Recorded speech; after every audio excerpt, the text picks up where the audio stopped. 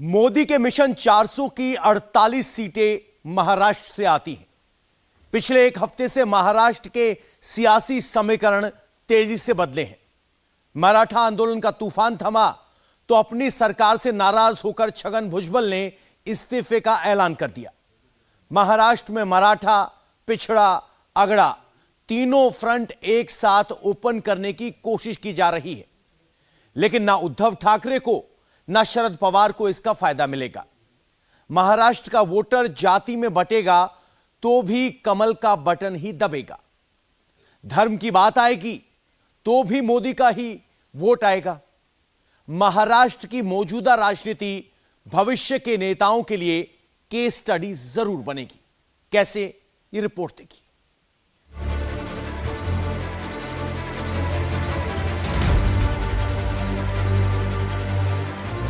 महाराष्ट्र में आरक्षण का आंदोलन और जातियों पर घमासान जबरदस्त है। इस तूफान को 3 नेता अब तक थामे हुए हैं।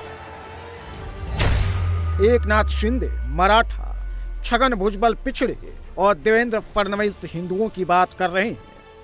सियासत में महाराष्ट्र को देखने के लिए 2 नजरिए हैं। पहला, महाराष्ट्र में 80% हिंदू आबादी है और 11% मुसलमान है। दूसरा, हिंदू जातियों में स्वर्ण 4%, ओबीसी 40%, एससी 13% और एसटी 7%।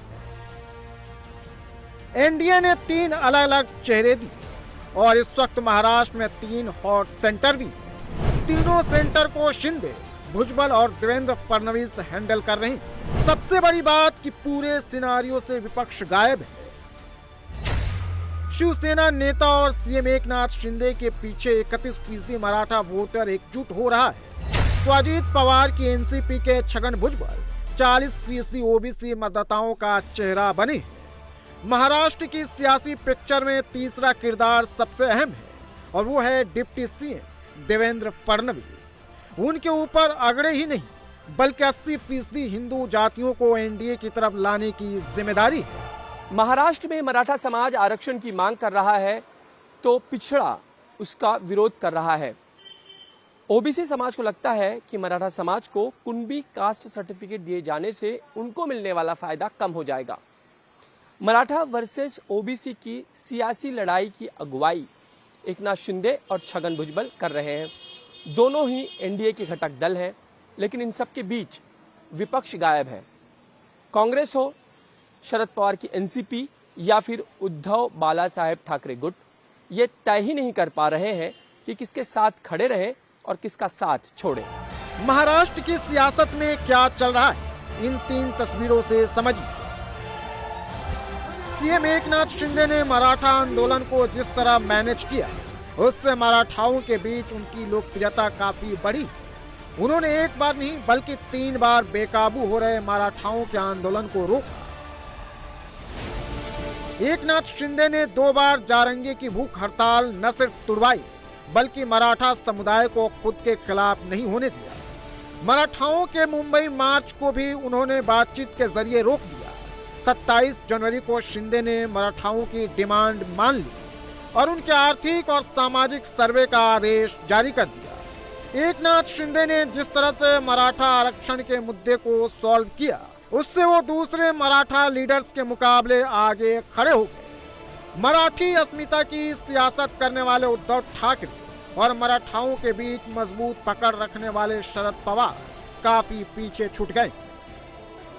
मराठा आंदोलन के पीछे एनसीपी उद्धव ठाकरे 24 का प्लान तैयार कर रहे हैं, जिस पर एग्जीक्यूट होने से पहले ही फुल स्टॉप लग गया है।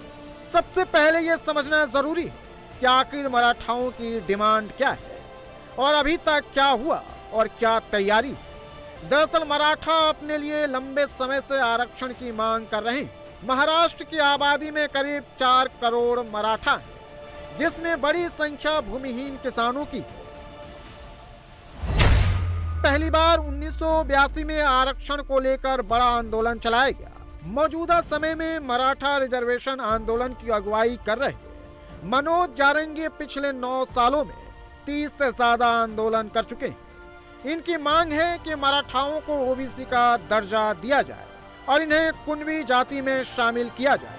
आरक्षण की मांग कर रहे प्रदर्शनकारियों का दावा है कि 1948 में निजाम शासन खत्म होने से पहले मराठाओं को कुणबी माना जाता था और ये ओबीसी में आते थे। महाराष्ट्र में कुणबी जाति को सरकारी नौकरियों से लेकर शैक्षणिक संस्थानों में रिजर्वेशन हासिल है। मराठा अब यही फायदा अपने लिए भी चाहते हैं। जारंगे ने चेतावनी दी कि अगर सरकार ने जल्दी उनकी मांग पूरी नहीं की तो 10 फरवरी को वो फिर हड़ताल शुरू कर देंगे। महाराष्ट्र में मराठाओं की मजबूत सियासी ताकत। 2019 के लोकसभा चुनाव में बीजेपी और शिवसेना गठबंधन को मराठाओं का भरपूर समर्थन मिला था। 59% मराठाओं ने एनडीए के पक्ष में वोट दिया तो महाविकास अघाड़ी को 31% मराठाओं के वोट मिले। इस वजह से महाराष्ट्र की 48 सीटों में से एनडीए 41 सीटें जीतने में कामयाब रही। अब शिवसेना टूट गई। उद्धव कांग्रेस के खेमे में तो एकनाथ शिंदे बीजेपी के साथ खड़े हैं। शिंदे की पार्टी में जो विधायक हैं उसमें ज्यादातर उत्तर महाराष्ट्र से हैं, जो मराठाओं का मजबूत गढ़ माना जाता है। लोकसभा चुनाव में मराठा वोटर गेम चेंजर साबित होंगे।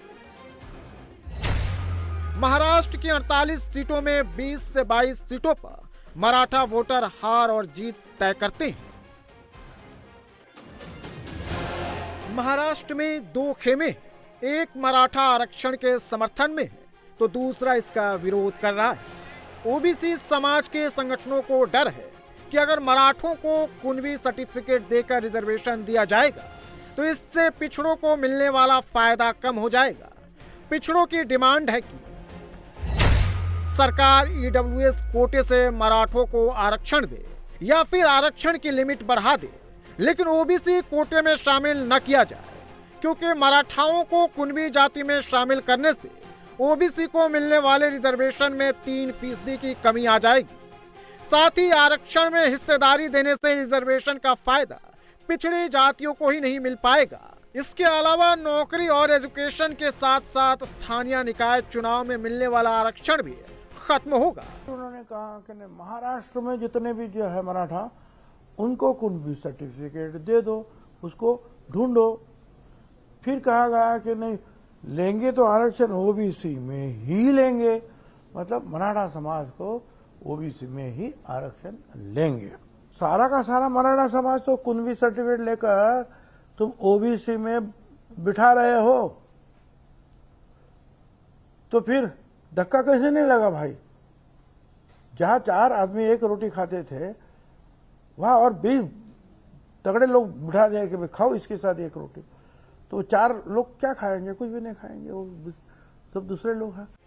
पिछड़ों के विरोध की कमान अजीत पवार गुट के नेता छगन भुजबल कर रहे हैं। वो 16 फरवरी से महाराष्ट्र में पिछड़ों के समर्थन में रैली निकाल रहे हैं। भुजबल इस मुद्दे को लेकर वो अपनी ही सरकार के खिलाफ खड़े। अब छगन भुजबल ने ये ऐलान कर सबको चौंका दिया कि वो इस मुद्दे पर 2 महीने पहले इस्तीफा दे चुके। हालांकि अभी उनका इस्तीफा स्वीकार नहीं हुआ है। विरोधी पक्षाचे काही अनेक नेते बोलतात, माझ्या सरकारमधले सुद्धा नेते बोलतात। आता काल आणखीन एक काल परवा जण आहे तो काहीतरी बडबडला।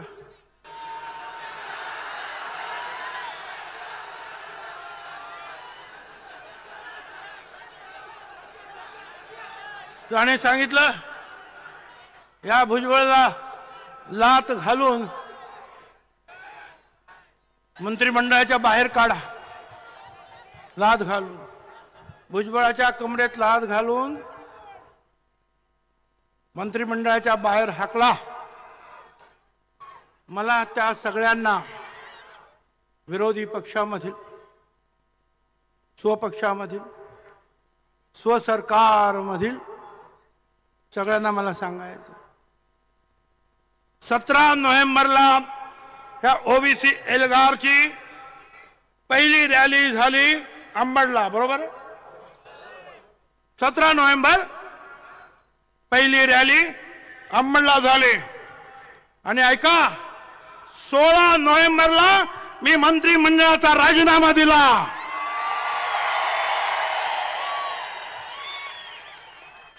16 नोव्हेंबरला आणि मग अंबडच्या सभेला रवाना झालो। उद्धव गुट की शिवसेना के नेता संजय राउत छगन भुजबल को कैबिनेट से बर्खास्त करने की मांग कर रहे हैं। संजय राउत ने कहा है कि सरकार के फैसले पर सवाल उठाने वाले मंत्री को कैबिनेट से बाहर रहना चाहिए। अगर इस्तीफा सौंप दिया है, आप कैबिनेट में काम करना नहीं चाहते, आप ओबीसी के लिए काम करना चाहते हो और आपका इस्तीफा मंजूर नहीं किया जा रहा है, ये दोनों की मिलीभगत है। मैं इस्तीफा देने का नाटक करता हूँ, आप मंजूर मत कीजिए, या आप इस्तीफा दीजिए, हम मंजूर नहीं करेंगे। छगन भुजबल जी जो बात आजकल बोल रहे हैं, उनके मुंह से जो बातें निकल रही है, लोग कहते हैं कि फडणवीस जी उनके मुंह से बोल रहे हैं, तो उनका इस्तीफा कैसा मंजूर होगा। लेकिन हमारी ये भूमिका हमेशा रही है, कैबिनेट में अगर कोई मुख्यमंत्री या सरकार के खिलाफ भूमिका लेता है तो उसको कैबिनेट में रहने का अधिकार नहीं। पिछले 2 लोकसभा चुनाव का पैटर्न देखें तो ओबीसी बीजेपी अलायंस के साथ ही खड़ा रहा है। 2019 के लोकसभा चुनाव में 66% पिछड़े वोटर्स ने बीजेपी गठबंधन के लिए वोट दिया, जबकि कांग्रेस अलायंस को 28% ही ओबीसी वोट मिला। सिर्फ बीजेपी की बात करें तो 44% पिछड़े वोटरों का समर्थन मिला था। ओबीसी बीजेपी के लिए कितना मायने रखते हैं, इसे ऐसे समझिए कि जिस विदर्भ इलाके में ओबीसी सबसे ज्यादा मजबूत है, वहां की 11 लोकसभा सीटों में बीजेपी को 2014 में सभी 11 और 2019 में 10 सीटें हासिल हुई थी। यही वजह है कि पिछड़ों की नाराजगी को देखते हुए देवेंद्र फडणवीस ने खुद मोर्चा संभाला और कहा कि बीजेपी सरकार में ओबीसी समाज के साथ किसी भी तरह का अन्याय नहीं होगा। पहिली गोष्ट तर मी अतिशय स्पष्टपणे सांगू इच्छितो की आमचं सरकार कुठल्याही परिस्थितीत ओबीसीवर अन्याय होऊ देणार नाही। स्वतः मुख्यमंत्र्यांना देखील हे स्पष्टपणे अतिशय माहिती आहे की ओबीसी समाजाचं संरक्षण आपल्याला करावंच लागेल, त्यामुळे त्यांची ही भूमिका ही तशाच प्रकारची आहे। आणि मी अगदी स्पष्टपणे सांगू इच्छितो की जोपर्यंत भारतीय जनता पार्टी सरकारमध्ये आहे तोपर्यंत काहीही झालं तरी आम्ही ओबीसीवर अन्याय होऊ देणार नाही। शिंदे गुट की शिवसेना को भी महाराष्ट्र सियासत में 40% वोटरों की ताकत का अंदाजा है, इसीलिए वो भी डैमेज कंट्रोल में जुट गई है। महाराष्ट्र में उत्तर प्रदेश के बाद लोकसभा की सबसे ज्यादा सीटें बीजेपी को मिशन 400 पूरा करना है, तो उन्हें 2014 और 2019 के प्रदर्शन से भी बेहतर करना होगा। 2019 में बीजेपी और शिवसेना साथ थी। बीजेपी ने 25 जबकि शिवसेना ने 23 सीटों पर चुनाव लड़ा। बीजेपी को 23 और शिवसेना को 18 सीटों पर जीत मिली थी। 2024 का चुनाव 2019 के मुकाबले पूरी तरह अलग होगा, क्योंकि महाराष्ट्र में अलायंस बदल गए, पार्टनर बदल गए। जो साथ थे अब वो दूसरे खेमे में। एनडीए में बीजेपी 2019 के मुकाबले ज्यादा सीटों पर चुनाव लड़ सकती है। उधर इंडी गठबंधन में सीट शेयरिंग का फॉर्मूला ही नहीं सेट हो पा रहा है।